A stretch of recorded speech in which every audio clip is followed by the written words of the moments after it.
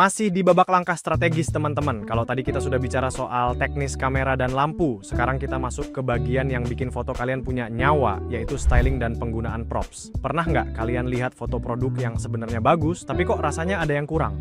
Nah, di sini tim Valhalla Chocolate nggak mau itu terjadi. Mereka menggunakan bantuan stylist props profesional untuk memilih elemen pendukung yang pas banget, seperti daun coklat atau kertas krem. Tujuannya satu, memperlihatkan detail tekstur coklat dan keanggunan kemasannya secara maksimal. Selain itu, tata letak atau layout fotonya dijaga banget agar tetap konsisten dengan identitas brand. Kenapa harus konsisten? Supaya saat audiens mampir ke profil Instagram mereka, tampilan feed-nya terlihat kohesif, rapi, dan profesional. Ingat, feed Instagram itu ibarat portofolio. Kalau acak-acakan, orang bakal ragu dengan kualitas produk kita. Nah, langkah terakhir yang enggak kalah krusial adalah pasca produksi alias proses editing. Di tahap ini, kuncinya adalah less is more atau secukupnya saja. Editing yang dilakukan hanya bersifat ringan, seperti menyesuaikan exposure agar lebih terang, mengatur kontras, dan saturasi warna. Yang paling penting, mereka tetap mempertahankan kesan natural supaya sesuai dengan mood brand. Mereka sengaja menghindari efek yang berlebihan agar produk aslinya tidak terlihat menipu saat sampai di tangan konsumen. Terakhir, foto-foto ini disiapkan dalam berbagai format yang pas, baik itu untuk kebutuhan feed yang kotak atau story Instagram yang memanjang ke atas. Jadi dari sini kita belajar bahwa foto yang hebat itu lahir dari perpaduan antara styling yang manis dan proses editing yang jujur. Gimana? Makin tertarik buat mencoba teknik ini di produk kalian sendiri? Setelah kita membedah prosesnya dari awal sampai akhir, sekarang saatnya kita lihat apa sih buah dari kerja keras itu. Di slide ini, kita akan membahas tentang dampak dan hasil nyata dari kolaborasi tersebut. Teman-teman, visual yang rapi dan konsisten bukan cuma soal biar enak dipandang. Dampak paling instannya adalah meningkatkan citra premium dan profesionalitas dari Valhalla Chocolate itu sendiri. Ketika seseorang melihat foto produk yang berkualitas tinggi, secara otomatis otak mereka akan beranggapan bahwa produk yang dijual pun memiliki kualitas yang sama tingginya. Inilah yang kita sebut dengan perceived value. Keuntungan lainnya, konten fotografi ini punya sifat yang sangat fleksibel atau multi-purpose. Konten tersebut tidak hanya berhenti di Instagram, tapi bisa digunakan secara menyeluruh mulai dari katalog online, marketplace, hingga materi promosi cetak. Hal ini secara signifikan memperkuat branding dan daya tarik visual produk di semua lini platform yang mereka miliki. Mungkin kalian bertanya-tanya, "Kak, emangnya penjualannya beneran naik?"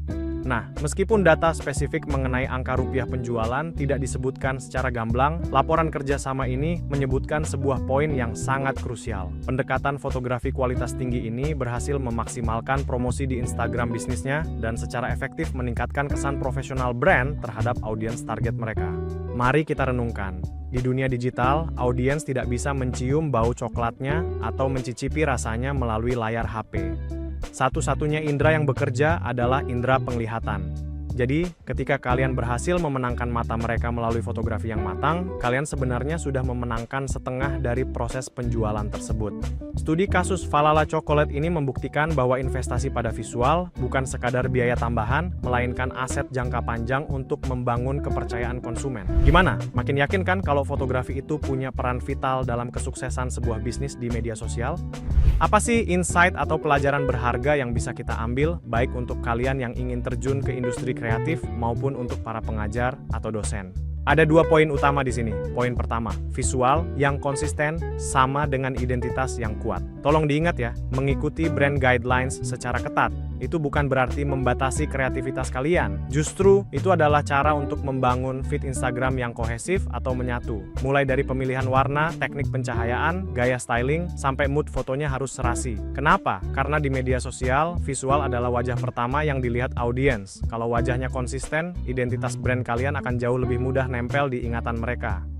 Poin kedua, pilihan pencahayaan dan komposisi itu sangat menentukan hasil akhir. Kita tadi belajar bahwa tim fotografer lebih memilih menggunakan available light atau cahaya alami. Kenapa? Karena cahaya alami memberikan nuansa yang jauh lebih natural dan elegan, pas banget untuk produk makanan premium. Selain itu, teknik clean shot dengan memanfaatkan negative space atau ruang kosong juga sangat krusial. Teknik ini memberikan fokus visual yang optimal sehingga mata audiens nggak kebingungan mau melihat kemana. Mereka akan langsung tertuju pada keindahan produk kalian. Sebagai tambahan di luar slide ini, saya ingin berpesan. jangan pernah remehkan detail kecil. Sebuah bayangan yang terlalu keras atau latar belakang yang terlalu ramai bisa merusak pesan yang ingin disampaikan sebuah brand. Jadi, kunci suksesnya adalah rencanakan dengan matang, eksekusi dengan detail, dan selalu jaga konsistensi. Gimana? Sudah siap mempraktikkan pelajaran berharga ini ke proyek fotografi kalian sendiri? Yuk, kita simpan poin-poin ini baik-baik sebelum kita lanjut ke materi teknis berikutnya.